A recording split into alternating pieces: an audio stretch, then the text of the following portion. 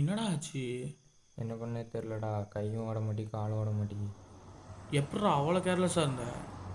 தெரிலடா, எப்படியோ அடிச்சிட்டான்டா. மொத்த பந்தி அடிச்சிட்டாங்களா? ஆமாடா.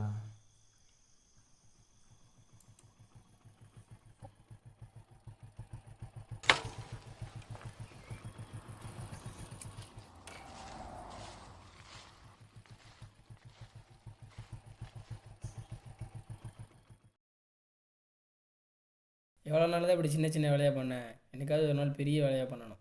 கொடுக்குற